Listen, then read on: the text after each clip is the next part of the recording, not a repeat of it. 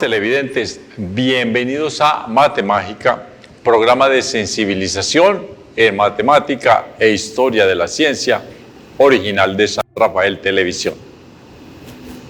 Damos el saludo cordial al patrocinador de este programa, Estadero Yacur, en el kilómetro 6 de la vereda La Rápida, entrada por el municipio de San Rafael. Leemos la frase que ya llevamos como 3 programas, creo, con ella, de el escritor ruso León Tolstoy. Lo conocemos por una de las muy importantes obras que se ha escrito en la literatura universal, se llama La Guerra, y Paz, ¿cierto? Para nosotros en español, en castellano, perdón, esto suena como, hay como unas pequeñas diferencias entre una y otro asunto. Algunos lo traducen solo como guerra y paz, ¿cierto? Y otros, parece una pequeña derivación ahí, como que no es importante, pero tiene su rollo. Lo traducen como la guerra y la paz, ¿cierto? Guerra y paz suena como una cosa muy general, guerra y paz, ¿cierto? Pero la guerra y la paz suena muy particular. En el ruso, en el idioma ruso, no existe el artículo, se llama así, el artículo definido. Eso que llamamos el, ¿cierto? La, los, las. Esto en ruso nunca se escribe, no hay palabras que digan esto, entonces ellos siempre ponen todo como en un término muy general. Entonces uno dice guerra y paz, bueno, está hablando en términos generales, eso suena como a filosofía, ¿cierto? Guerra y paz. ¿En qué consiste guerra? ¿En qué consiste paz? Pero la realidad es que esto es una situación más específica. La guerra y la paz, y ese libro hace un recuento de una situación histórica en la Rusia, allá específicamente, la guerra y la paz que hubo en ese periodo histórico del cual les traeré noticias más adelante. Entonces, este libro de León Tolstoy es uno de los más importantes de la literatura universal. León Tolstoy, con esta sola, ya se hace inmortal entre los grandes escritores de la historia universal. Pero él hizo otras pues, y cuentos más pequeños y cuentos cortos pero muy sabios, en fin, él es un buen escritor. Y con respecto a lo que nosotros traemos, que no tiene nada que ver con matemática, pero él utiliza una analogía, él dice, lo va a leer completo y no va a decir más nada sobre él. Un hombre es como una fracción cuyo numerador corresponde a lo que él es, en tanto que el denominador es lo que cree ser. Cuanto más grande el denominador, más pequeña la fracción. León Tolstoy. Y ya con esto hacemos una pausa en nuestro programa Matemágica y nos vemos en unos cuantos segundos.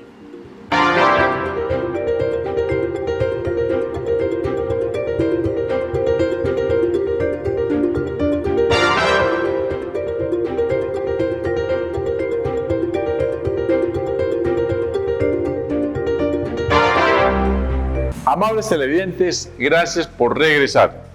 Queridos matemágicos, estamos tratando de avanzar. Lo que pasa es que son tantas las historias que hay que contar que avanzamos muy lentamente, pero por lo menos tratamos acá de avanzar sobre la biografía de Isaac Newton. Nuestro querido amigo Isaac Newton, entonces recordemos, de 1642, que hay una fecha que puede ser 1643, dependiendo del calendario, tomamos este que es el dato del calendario juliano, y él muere en 1727, ¿cierto? Ya hemos dado algunos detalles sobre su trabajo, sobre su obra, algunos detalles sobre su vida cotidiana. Recordemos que cuando él nació era un niño un bebé muy enfermizo, que nadie daba un céntimo por él, pero miren, sin embargo, a dónde llegó. Para avanzar un poco en lo que él hizo, hay un dato muy importante. En Inglaterra, en esa época, con él, había un matemático y astrónomo llamado Edmund Halley. Este señor Halley es muy reconocido porque hay un cometa, creo que pasa cada 75 años, si no estoy mal, 75 o 76. O sea, uno en la vida, si está de buena, ¿no? Aunque esté, sí, si está de buenas es posible que lo vea 2 veces. Un ser humano lo puede ver 2 veces, pero como que lo recuerde dependiendo de cuánto, en fin. Porque pasa cada 75 o 76. No tengo el dato exacto. Como siempre, ustedes lo averiguan ahí en Wikipedia, me llaman y me dicen que yo por qué enseño tanta barrabasada, ¿cierto? Y entonces yo les digo, es que la mente mía es muy mala, muchachos. Siempre, lo de siempre, la frase, lo que me identifica a mí, I am an stupidity, lo digo en inglés para que no lo entiendan mucho, ¿cierto? I am an stupidity. Por supuesto, yo soy tan stupidity que inclusive en inglés eso está mal escrito. Está mal escribido, perdón, mal escribido, ¿cierto? Pero es por eso que yo no me las sé todas, porque I am an stupidity, listo. Sucede que este señor vio, entre las cosas que vio, descubrió un cometa, al que lo llamaron el cometa Halley, en su honor, ¿cierto? Que pasa acá, y él fue el que le calculó la órbita y dice, y pasa por aquí, pasa cada tantos años. Él observó la situación. Él era matemático, ¿cierto? Y era astrónomo de la época de Newton. Y él cualquier día se fueron, se quedaron de encontrarse, se mandaron unas cartas, bueno, entonces nos vemos ahí, si sos tan guapo nos vemos en tal parte, ¿cierto? Y el otro le dice, pues si vos sos tan astrónomo también nos vemos en la misma parte, no hay ningún problema, Y fueron, muchachos, y se pusieron a tomar té, y a compartir, y a hablar, y se hicieron muy buenos amigos. Hablaron pues de cosas, de lo humano y de lo divino. Mejor dicho, no. En realidad, de verdad, la cosa es que yo lo estoy contando como muy olímpicamente, pero no. Ellos se sentaron a un tema específico. Empezaron a hablar del movimiento de los astros.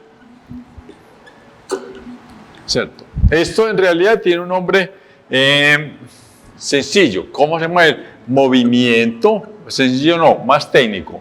Movimiento orbital. ¿Cómo es que los astros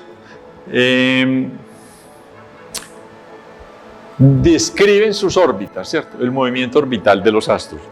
Hablaron sobre eso, quedaron esto, lo otro, discutieron, vea, es que yo he visto esto, el otro yo he visto lo otro, Kepler dijo aquello, Galileo decía lo otro. Pues después de esta conversación,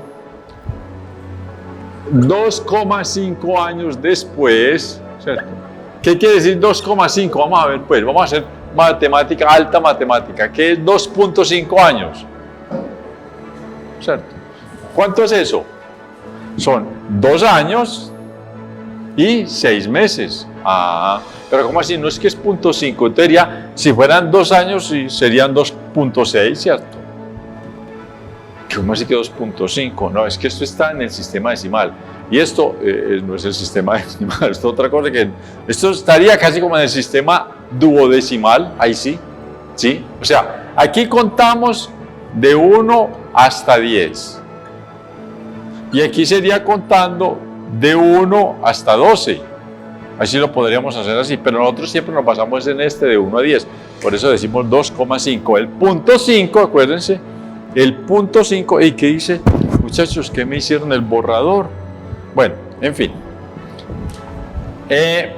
Vamos a explicarlo aquí un poquito, bacano que nos encarretemos en ese asunto de 2.5, o si es 2.5 o si es 2.6. Es por esto. La mitad, ¿cierto? 2 años y 6 meses, ese 6, la mitad de 12, porque es un año, que son 12 meses, la mitad son 6 meses. Esa es la mitad, o sea, medio año, un medio. Cuando estamos hablando de 12, de 6 meses, de 12 meses. Pero si lo vamos a representar en sistema decimal, entonces decimos 2 y un medio. Y en el sistema decimal, contando de 1 a 10, la mitad de 10 son 5, ¿cierto? Entonces decimos 2 y 5. O sea, decimos 2,5. Ya. Es una traducción. Uno puede decir 2,5 años. Eso suena raro. Pero si usted dice 2,6 años, suena más raro. En fin, en realidad, es por hacer un jueguito ahí como para que tengamos una cierta noción de lo que es los sistemas de conteo, ¿cierto? Que son muchos, pues son infinitos, ¿cierto? Uno puede nada más tener dos números, ¿cierto? Entonces sería el sistema binario. Bi, que quiere decir 2, binario. Entonces usted tiene el 0 y el 1, que es lo que hacen las computadoras. Usted tiene el sistema trinario, que no es de ningún trino, ¿cierto? De tweet, que no sé qué, no, eso es ningún trino, es de 3, trinario. Entonces usted tiene el 0, el 1 y el 2, no tiene más. Usted tiene el cuaternario, ¿cierto? Así se llama. Entonces cuando le dicen, hey, qué tipo tan cuaternario, tan atrasado. No, el cuaternario es de 4, entonces usted tiene el 0, el 1, el 2 y el 3. 4, 1, 2, 3, 4. Este como que no lo cuente, como que sí lo cuenta. No, este sí lo cuenta porque este es uno de los elementos del sistema cuaternario. Este es el otro y el otro son 4 elementos. Y así, el quinario de 5, ¿cierto? En fin. Usted puede inventarse un sistema de conteo que sea de 100, entonces el sistema centenario, ¿cierto? Que eso ya se vuelve tan largo que es mejor no trabajarle a eso. Se vuelve tan largo que es más aburridor manejar este que este, aunque este sea más corto, en fin. Pero bueno, es para que nos vayamos dando cuenta. Entonces, en este sistema decimal, que no sería el sistema decenario, sino que ahí ya cambian las cosas, el 2,5 quiere decir 2 años y 6 meses, ¿cierto? Entonces, después de que hablaron sobre el movimiento orbital, el movimiento de los astros en el espacio, lo que veía Edmond Halley a través de su telescopio, porque era un gran astrónomo, es cuando viene nuestro querido amigo Isaac Newton y a los 2 años y medio escribe un libro en el que habla de las leyes de Newton, se dice así, las leyes o los principios de Newton, que son 3. Recuerdan que las leyes o los principios de Kepler sobre el movimiento de los astros también eran 3. Esto es sobre el movimiento elíptico de un astro. Ahora, los principios de Newton ya son más generales, ya habla de cómo se moverían en conjunto todos, ¿cierto? Entonces, pero esto no solamente es aplicado a los astros, es también a lo que llamamos mecánica, que no tiene que ver con arreglar los carros, arreglar las motos, los barcos, ¿cierto? La mecánica de barco, no. Se llama también mecánica, inclusive esto de mecánica viene como de máquina, de mecano, es como si allá hubiera un mecánico organizado, Dios, como si el gran mecánico del universo hubiera diseñado cómo se van a mover las cosas, ¿cierto? Pero esas leyes de Newton tienen que ver también con lo que pasa aquí en el planeta, con los cuerpos, bueno, también los animados y los inanimados. Más bien, cómo se mueven los objetos, digámoslo así, ¿cierto? Tiene que ver con la velocidad y tiene que ver con la aceleración. Estas son las leyes de Newton. Y las vamos a mencionar aquí porque nos interesa para nuestros objetivos en estos programas de cómo estamos ubicados, cómo estamos nosotros ubicados en el planeta. Pero el planeta que nos contiene, cómo se mueve en ese entorno que le toca del sistema solar y bueno, no vamos a llegar hasta las galaxias y el movimiento de la galaxia, hasta allá no necesitaríamos llegar. Entonces él descubre 3 leyes. La primera, él dice, voy a tener que pastelear, se me olvida. Bueno, a eso también lo llaman las leyes de la dinámica, ¿cierto? Dinámica. Dina es como fuerza. Dinámica es como una fuerza, ¿cierto? Unas fuerzas se manejan o se comportan para que los objetos se muevan, según esas 3 leyes. 3 leyes de la dinámica o de la mecánica. Es indiferente la palabra que se emplee. Uno puede decir las 3 leyes de la dinámica de Newton o las 3 leyes de la mecánica de Newton. Mejor esta para que no confundamos lo de mecánica con lo de los carros. Entonces, el primer principio es de la inercia, se llama así, inercia. No lo voy a explicar demasiado ahora, entramos en detalle después. Inercia, para que lo entendamos, es que un cuerpo se mantiene quieto. En su estado de reposo se puede mantener quieto, ¿cierto? O si ese cuerpo se está moviendo, él tiene tendencia a mantenerse en movimiento. Pues no estoy hablando de mi cuerpo en este caso, estoy dando el ejemplo, me pongo yo como ejemplo, que el único ejemplo que puede haber aquí en este entorno inmediato mío soy yo. ¿Cierto? Entonces, yo soy un objeto cualquiera que se mueve ahí, el sol, yo soy el sol, está ahí, se la pasa ahí quietecito. Entonces, pueden estar en estado de reposo o de movimiento.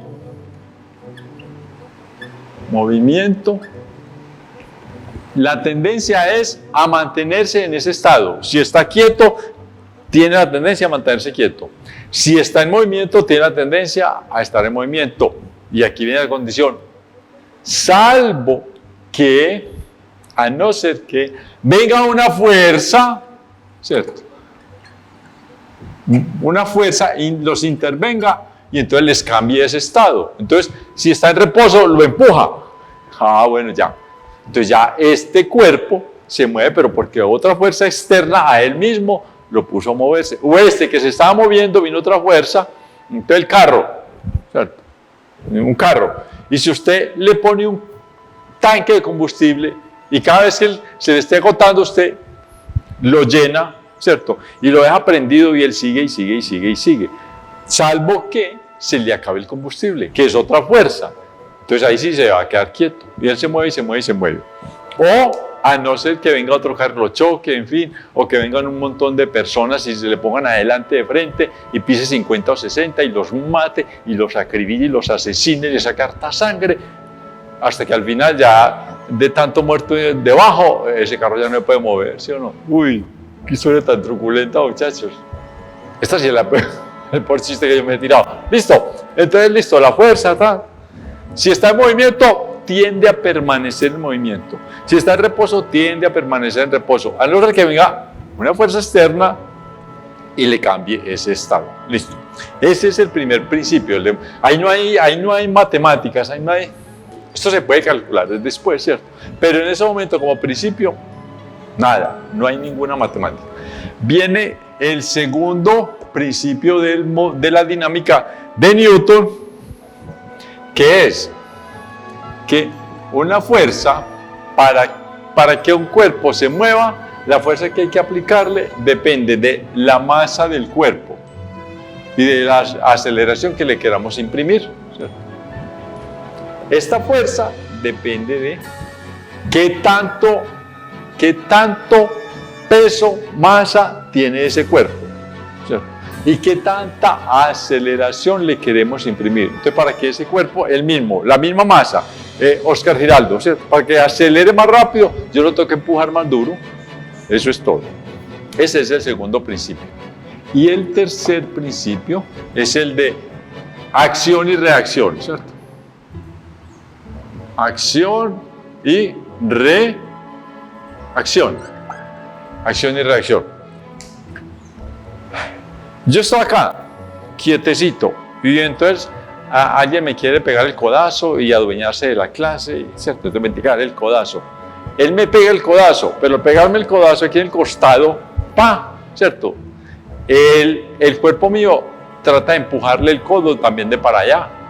Con la misma fuerza que él me mande, mi cuerpo trata de devolverle ese codazo. Por simple cuestión natural, ¿cierto? Hace así, pues lo empuja. Lo que pasa es que estoy poniendo un ejemplo muy extraño. Me empujan y yo como que también estoy empujando al otro. Lo que pasa es que el otro me empujó tan duro y como tiene más fuerza y viene prevenido, me empuja más duro y entonces yo sí me voy para allá. Pero él también tuvo que, al tocarme, yo lo estoy empujando a él hacia acá. Pero él le pone un poquito más de fuerza. Se llama acción y reacción. Dos cuerpos al chocar, el uno se devuelve hacia su lado de donde venía y el otro también se devuelve hacia su lado de donde venía. Entonces, con la misma, como que el valor, digamos, de esa fuerza, digámoslo así, para que nos entendamos, el valor de la fuerza, la cantidad de fuerza, es igual en el objeto que está quieto. Sí, también. Si el uno está quieto y el otro viene, es igual, ¿cierto? O si los dos vienen en el encuentro. Pero la fuerza es activa y reactiva en sentido contrario. Este trata de volverse hacia acá y este trata de volverse hacia acá. Si se chocan dos bolas de billar, ahí sí lo podemos poner. Si ambas vienen al encuentro, se devuelven, si vienen de frente. Si es esta, que está quieta y esta viene, esta sí se va y esta sigue, pero esta sigue no con la misma fuerza que venía, le disminuye la fuerza y la aceleración porque este lo devolvió un poquito. Eso es acción y reacción. Esas son las tres leyes o principios mejor de la dinámica de Newton, que son la inercia, la fuerza con que hay que imprimir, que son dependiendo de la aceleración que le quieran imprimir al cuerpo. Y la otra es la de acción y reacción. Esas tres fuerzas también se pueden aplicar, ¿cierto? Aplicadas ya al movimiento de la órbita de un astro en Kepler, explican a Kepler. Esas fuerzas explican a Kepler. Explican también la gravitación universal. Y fueron publicadas, obviamente, en ese libro importante del que hemos ya hablado aquí un poco, que se llama Los Principia, ¿cierto? Cuando se publican los Principia, ahí aparecen esos tres principios matemáticos de la naturaleza, de la filosofía natural, o sea, de la ciencia, fueron publicados ahí. Y ese es un punto importante. Se dice que es un punto de inflexión en la historia de la ciencia. Inflexión es esto, para que lo veamos. Yo tengo una curva que viene y aquí cambia de sentido. Aquí va bajando y aquí sigue bajando, pero acá cambia como de sentido. Este es el punto de inflexión. Inflexión. Esto, pues una inflexión es cierto, uno arrodillarse también. Eso es sí.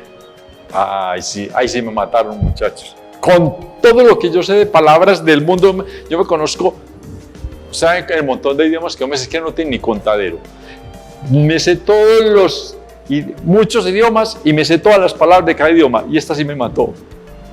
Yo solo sé que inflexión es como cuando se hace un cambio. Hasta ahí llego, muchachos. Como siempre, ustedes van allá a Wikipedia y me alegan. Lo de siempre. Ok, aquí hay un cambio, mire. Aquí va y la curva va así y la curva después sigue así. Entonces hace un cambio. Hay un cambio en el estilo de adquirir conocimiento en el ser humano, cuando Isaac Newton publica los principios. A partir de ahí, ya no podemos hacer lo que nos parece, ¿cierto? Sino que es lo que venía diciendo Galileo. Galileo dice, hagámoslo a través de la experiencia. Y el punto de inflexión de Newton es, esta es la primera muestra de lo que nos dijo Galileo. Sigámoslo haciendo así. ¿Listo? Importantísimo eso. Amables televidentes, hagamos una pausa en nuestro programa. Hagamos un punto de inflexión en nuestro programa, ¿sí o no? A propósito, para que nos vamos a comer bien bacano y volvemos en... Tienen 20 minutos, 20 segundos, muchachos. 20 minutos, se me van para la cantina, se me quedan ahí. 20 segundos y nos vemos enseguida. Tomen tinto. Nos vemos.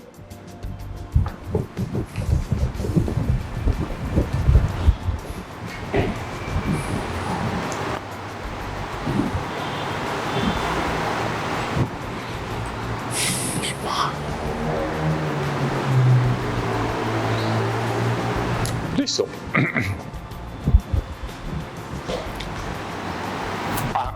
Pues puta, últimamente, ¿qué me está pasando? Vamos ya.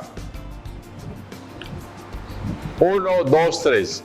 Amables matemágicos, gracias por regresar a su programa. Espero que hayan tenido tiempo de tomarse algún refrigerio, todo aquello, conversar con la novia, ¿cierto? Porque ahora vamos a conversar algo muy importante de nuestro querido amigo Newton. Vamos a cambiar un poquito la situación, todo lo que veníamos diciendo, que la grandeza que es él como científico. Vamos a ver a la situación humana, psicológica, porque esto es lo que somos todos también, ¿cierto? Yo tengo que reconocerlo, a todos nos pasa. Uno puede... Y se los agradezco. A mí cuando me ven en la calle, todo el mundo, todos mis paisanos me saludan muy cordialmente, es una bacanería, de verdad es una gran alegría verlos. Profe, ¿cómo está? Muy querido, está. Y todo el mundo dice y cree que porque yo estoy acá haciendo, que yo soy muy inteligente, que estoy... Muchachos, yo soy un ser humano y tengo que reconocerlo y tengo un montón de problemas psicológicos en esta maldita mente, de verdad. Muchos. Uno trata de mejorarlos, por supuesto, de madurar, de ser un poco más sensato, más sensible, pero uno sigue siendo, yo por lo menos reconozco, yo sigo teniendo mis altibajos. Ahora dediquémonos a los de Newton. Ya les confesé lo mío, no se los voy a confesar, oiga, para que me gocen más, oiga. Yo confío en los de Newton, los míos, ustedes verán si los descubren. Sean donde vivo ya, ¿sí o no? Ya van y me buscan, y entonces me ven... todo eso. Aquí me ven muy elegante, muy bien puesto, una camisa, y vayan ahí y verán cómo me ven, ¿cierto? Todo desarrapado, en fin. Newton es un ser humano admirable, ¿cierto? Pero también tuvo situaciones y muchas. Newton es el ejemplo científico, pero es bueno traerlo a colación. Ya les explicaré por qué, sabrán por qué es bueno traer a colación esta parte humana de Isaac Newton. Entonces, por un lado es admirable como científico, pero también él tenía unas emocionalidades, unas emociones, ¿cierto? Como científico. Pero en sus emociones también tenía sus rayones, sus desbarajustes. Él mismo lo reconoce en un diario que estaba haciendo. Llevaba, no un diario muy organizado, pero apuntaba sus cosas, sus pensamientos, así como apuntaba de Dios, ¿cierto? Su filosofía, sus creencias acerca de por qué él hacía ciencia. Él no hizo ciencia porque quería entregarnos a nosotros una gran cantidad de conocimiento para que la vida se nos mejorara, que eso pasa. Él estaba fuera de eso, él estaba tratando de entender a Dios. Él, ante todo, era un teólogo. Lo que pasa es que es un teólogo que se salió de la Biblia, o sea, fue más allá. A mí que me interesa que si Job, que si no Job, que si el profeta Elías, que si el no profeta Eliseo. Venga, eso es parte de cierta creencia. Pero venga, Dios hizo una cosa mucho más allá de la Biblia. La mayoría de la gente no le dicen eso. Dios hizo un universo mucho más grande que la Biblia, pero a uno lo quieren encasillar en la Biblia, no dejarlo salir y solo enseñar la Biblia y Biblia y Biblia y Biblia y Biblia. Y Newton dijo un momentico, es que Dios es mucho más grande que esos cuentos que hay ahí. Eso lo dijo Newton.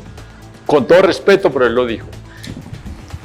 Dios es mucho más grande que lo que hay en la Biblia. Yo voy a entender qué es lo que quiso hacer él, además de la Biblia, ¿cierto?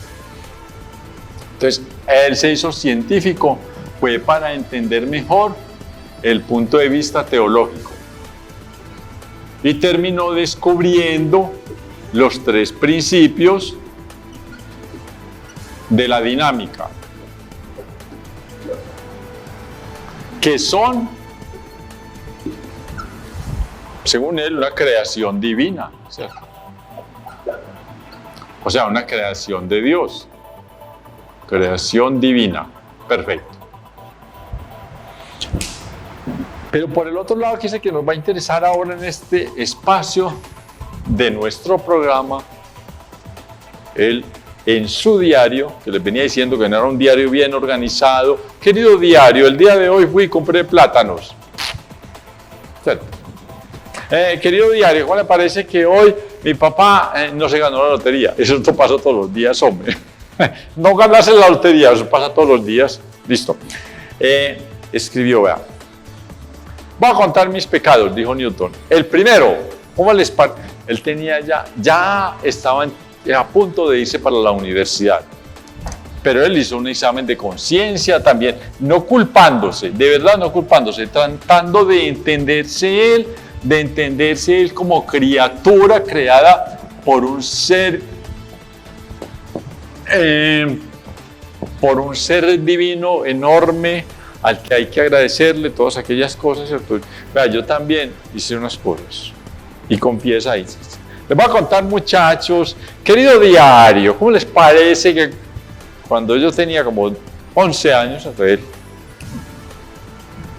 dijo, maldita sea, qué bueno quemarles esa casa a mi papá y a mi mamá, estando ellos adentro? Eso lo dijo Newton, ahí lo escribió él mismo, eso lo pensó y después lo escribió. Muchachos, ¿cómo les parece? Qué bueno, a repetirlo, qué bueno quemarles esa casa a ese par de juemamás que están ahí, estando ellos adentro, los va a quemar. Qué bueno quemarles esa casa. Y él lo confiesa. Muchachos, es que uno llega a situaciones emocionales muy grandes, ¿cierto? No vamos a hacerle críticas a Newton, no lo vamos a criticar, por favor. Vamos a aceptarlo como él lo hizo. Confesar, voy a decir, vea, eso fue lo que pensé.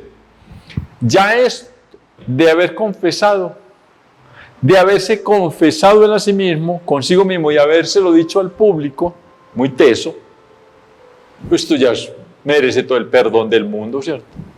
Eso ya es un gran avance en la maduración. Vamos a madurar, muchachos. Es que cuando uno es niño, yo no sé por qué, pues yo ni culpo a los niños cuando hacen cosas. Es la emoción ahí adentro, jugando. Y a uno viene niño y uno es con un desbarajuste de cosas en la cabeza tan horrible y todavía grande y uno todavía la sigue teniendo. Pero lo que hay que tratar de hacer es madurar, vea, reconocer. Y entonces a partir de hoy ya reconocí un detalle muy deplorable de mi vida. Vamos a mejorar y a ser más caballerosos porque sabemos que eso es grave, éticamente es grave. Yo no puedo quemar la casa de mis papás estando mis papás adentro, eso no se hace. Por fortuna nunca lo hizo, pero lo deseó. Ya ahora vamos a hacer, venga, perdonemos a mi papá, se equivocó. Todo esto lo estoy contando. Yo dije que uno se mete con Newton, lo voy a decir de una vez. Lo que quiero hacerles ver con todas estas cosas cotidianas de la gente importante es, vea, ahí hay seres humanos con reveses. Ya, y lo voy a contar rapidito. A Albert Einstein le pueden decir que era un señor que no, mujeriego, que no quería a las mujeres, que no quería sino para tenerlas un rato, que esto y lo otro. Y él era muy mujeriego. Eso lo podemos criticar. Pero bueno, esa es la emocionalidad. Pero él también terminó casándose con una mujer a la que quiso mucho, que quedó comprometido hasta el final de sus días, ¿cierto? Una prima, Elsa, ¿cierto? Eso le pasó a Newton. Y él se divorció de una mujer excelente, también una gran científica. La primera mujer que él tuvo no duraron casi, no la pudieron. Entonces uno podría también recriminar eso, ¿no? Es la emocionalidad, ¿cierto? Lo que pasa es que la de Newton es un ejemplo mucho más complicado porque la mente de Newton era con más emociones muy fuertes y demasiadas, de una y de otra índole. Listo, lo vamos a ver porque eso nos va a enseñar a todos en San Rafael a ser mejores, a madurar. Hombre, si ese señor que era tan importante y reconoció, venga, nosotros también tratemos de no hacer tanta cosa deplorable. Y si cuando niños las cometimos, que es normal, ya de adultos no las vamos a hacer. Y vamos a tratar de comprender a los que piensan así y a tratar de que nuestros niños y nuestros jóvenes no tengan excusas, ¿cierto? Para decir, es que yo hice eso porque el mundo que les dimos los adultos fue malo. Principalmente es por eso. Vamos a entender qué fue lo que le pasó a Newton al desear eso. Newton queda a los 3 años de edad, ¿cierto? Se muere el padre de Newton. El señor, yo no sé cómo se llamaba, no sé cómo se llamaba el papá de Newton, pues yo lo tengo por ahí anotado. Obviamente era de apellido Newton, ¿cierto? Eso sí no se me olvida, muchachos, jamás se me va a olvidar que el apellido del papá de Newton era también Newton. Eso no se me puede olvidar a mí jamás. El día que se me olvide, grave la cosa, ¿cierto? Pero no me acuerdo cómo se llamaba, por aquí lo tengo anotadito, ahí lo miraremos. Se muere, estando él un bebé, que además recordemos que era un niño enfermizo, ¿cierto? Que nadie daba nada por ese bebé. Y la señora, la mamá, que es así, me acuerdo cómo se llama, Hannah, me acuerdo del nombre, Hannah, ¿cierto? Eso se escribe así, yo creo que es así. Bueno, ahí lo miraremos más adelante, creo que es así. Mira, qué cacharro, se lee igual adelante que hacia atrás. Esto se llama un palíndromo, ¿ves? Yo no me había dado cuenta. Palíndromo, ¿cierto? Vamos a escribirlo. Palíndromo. Palíndromos son palabras en un idioma que se leen igual hacia adelante o hacia atrás. Por ejemplo, en español, la única que yo me sé, arenera, ¿cierto? Vea, arenera, arenera. Y entonces si usted le cambia la N por una P, ¿cierto? Ya, ustedes se imaginan. No les voy a decir más nada porque ustedes van a empezar a pensar groserías. ¿Sí o no? Piénsenla ustedes solo. A mí no me digan nada para que después no me hagan pecar y después yo tengo que confesar que sí, que yo una vez dije una grosería, que quedé maluco. Piénsenla ustedes. Ustedes sí pueden. Listo. Yo no me había dado cuenta que esta señora, la madre de Newton, Hannah, es un palíndromo. Listo. Bobadas, pero bacán, estamos aquí divirtiéndonos, todo eso. Y la señora, que se ve muy mal porque ya... bueno, es que la mamá de él, la familia de Newton, por el lado de la mamá, no me acuerdo del apellido, no sé qué, listo, se me olvida el apellido, ahí lo miraremos después. Esa señora era de muy buena condición social, eran aristócratas la familia de ella, pero se fueron quedando pobres, las herencias se fueron perdiendo para ahí. Cuando ella tuvo a Newton, era una mujercita muy normalita. El papá era un terrateniente, no era un terrateniente, tiene una finquita, pues. Eso no es ser un terrateniente. Terrateniente es cuando uno tiene demasiada, ¿no? Pero era casi analfabeto, era un señor ahí, digamos, un campesino con cierta tierrita, y se murió. Y Ana se quedó como, uy. Entonces se consiguió otro esposo, se casó por segunda vez.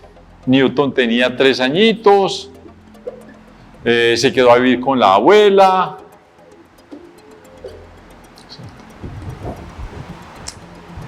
Ya estando él grandecito, como para los 8 años, que la mamá lo dejó, a los 8 años él empieza como a decir, ay, qué bueno yo irme a vivir con mi mamá, me hace falta mucho mi mamá, como además era un niño solitario, como que el único afecto que él podría ver.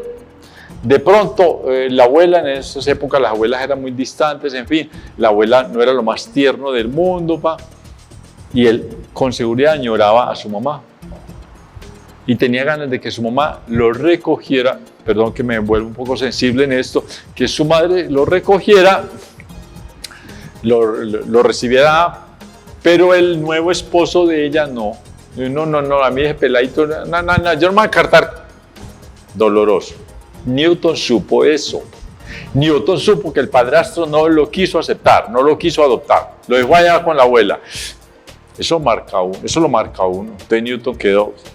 Por eso fue que después pensó en aquella vaina de qué bueno quemar ese par de hijuemamás allá, ¿cierto?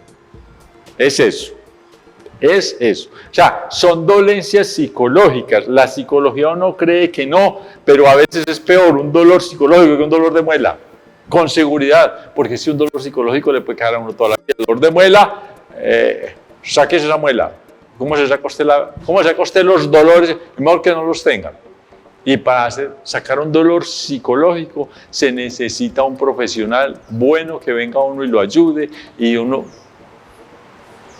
ojalá nos tenga. Por eso es muy bueno que los adultos le damos a los niños un buen mundo para que los niños no tengan dolores.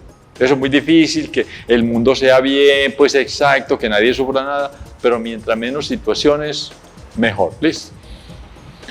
Ya, entonces no vamos a criticar eso en Newton, vamos a entenderlo, a comprenderlo. ¿Qué fue lo que pasó? La soledad, la angustia, el rechazo del padrastro, que entre otras cosas, voy a adelantar, el padrastro era un clérigo de la religión anglicana. ¿Cómo así que porque los anglicanos sí se pueden casar los curas, ¿cierto? Los sacerdotes de la religión anglicana sí pueden tener matrimonio. Es lo mismo que los protestantes allá en Estados Unidos se pueden casar, ¿cierto? Los pastores se pueden casar, pueden tener familias, hijos y bien. La católica no permite eso. Pero ¿cómo es así que un clérigo allá con buena platica, que no era pobre, rechaza a un niño? Y era un clérigo. Pues se supone que a uno en la iglesia le enseña a portarse muy bien. Quién sabe qué problemas, qué traumas complicados también tenía ese padrastro. A lo mejor era tacaño, a lo mejor cuando niño fue pobre, ¿cierto? Y entonces, ¿va a venir un niño aquí a comerse lo mío? ¡Nada! Sobrándole. En fin, eso lo vamos a ver cómo se mejora después. La historia da la vuelta. Ténganlo en cuenta, la historia de Newton da la vuelta. Ok. Entonces, Newton se vuelve un niño tímido, reservado, muy callado, no tiene relación con un autista. ¿Listo? Muchachos, yo creo que terminamos el programa por hoy. Nos vemos en 8 días para que continuemos esta historia. La vamos a continuar aquí donde dejamos de la situación psicológica de Newton, niño y joven. Porque ya sabemos más o menos qué hizo él cuando fue grande.